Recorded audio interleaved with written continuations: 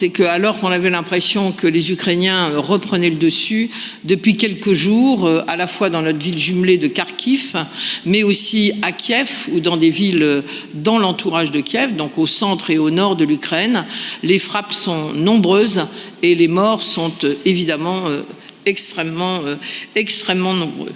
Alors vous le savez, la ville s'est mobilisée pour accueillir soit les Ukrainiens qui sont arrivés par eux-mêmes, soit ceux que nous sommes allés chercher parce que beaucoup étaient réfugiés dans la ville de Wrocław, notre ville jumelée polonaise.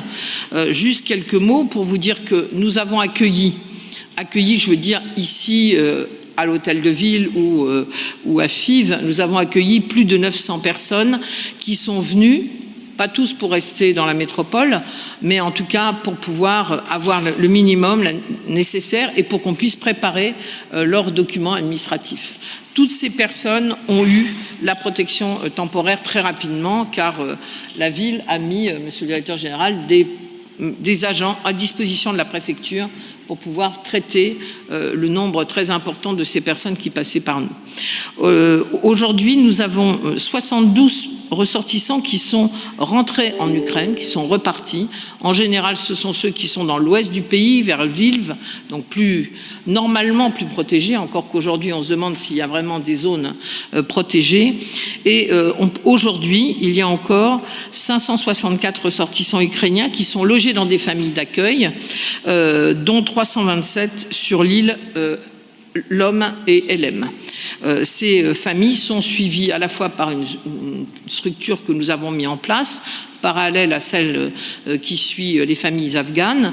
Et sachez que, je crois l'avoir déjà dit dans un précédent conseil, que 19 élus suivent ces familles qui peuvent à tout moment appeler lorsqu'il y a un problème de toute nature. Nous nous sommes occupés bien sûr de la scolarisation, nous nous occupons des problèmes de santé. Sachez, parce que ça donne une idée, que 172 mineurs sont scolarisés dans la région lilloise, enfin dans la métropole en fait, que ce soit en élémentaire, collège ou secondaire. Sachez aussi que nous avions l'impression au démarrage de cette crise épouvantable, de cette guerre, que la plupart des Ukrainiens nous disaient « je veux repartir dans mon pays ».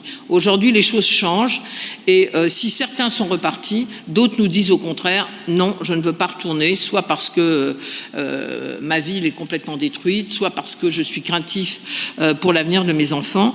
Et donc, beaucoup nous demandent, depuis 3 mois maintenant, à travailler.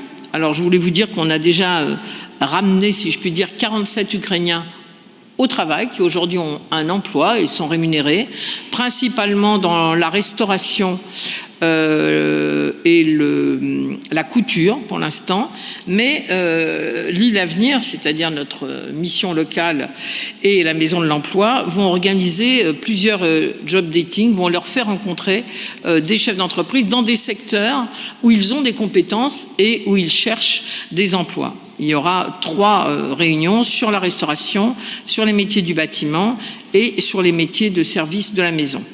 Voilà, sachez que par ailleurs, évidemment, comme pour les Afghans, ils prennent des cours de français et ils progressent tout à fait bien. Des collectes ont été organisées, vous vous en souvenez, à leur arrivée, d'abord les vêtements, parce que c'était un véritable problème, et puis maintenant la collecte et l'acheminement des denrées alimentaires vers l'Ukraine. C'est-à-dire que nous avons été appelés par la ville de Kharkiv il y a un mois maintenant, pour nous dire qu'il manquait de tout, qu'ils retrouvaient d'ailleurs des personnes très blessées dans des caves, dans des métros, etc., dont ils n'avaient pas connaissance, parce qu'il était très difficile de se balader, d'aller dans les rues encore à ce moment-là. Et je voulais vous dire qu'on a envoyé, avec le soutien de la Fondation de Lille, donc ça c'est l'argent des Lillois et des personnes de la métropole qui ont apporté leur soutien, nous avons envoyé 13 tonnes de médicaments que le CHU a commandé, parce que vous savez, on a reçu des listes de médicaments ukrainiens, il a fallu trouver les équivalents. Le CHU s'en est occupé et donc financé par la collecte réalisée. 13 tonnes sont arrivées à Kharkiv par le biais d'un convoi organisé par l'association médicale caritative à qui nous avons demandé de réaliser cela. Donc aujourd'hui, les médicaments sont dans les hôpitaux. Nous avons reçu plusieurs photos et plusieurs témoignages.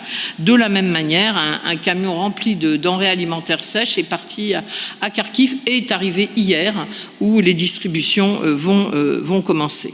Et là, nous avons travaillé avec la MEL et le Secours populaire du Nord. Donc je voulais aussi les remercier. Vous dire que les familles qui s'étaient engagées à accueillir des Ukrainiens, dont nous pouvons une fois de plus remercier pour leur générosité, pour la plupart n'ont pas de problème pour cet été. Ceux qui en ont, eh bien, nous avons trouvé d'autres solutions dans d'autres familles qui étaient susceptibles de les prendre en charge et que nous sommes en train de préparer la rentrée, pour l'instant sans tension particulière. Nous passons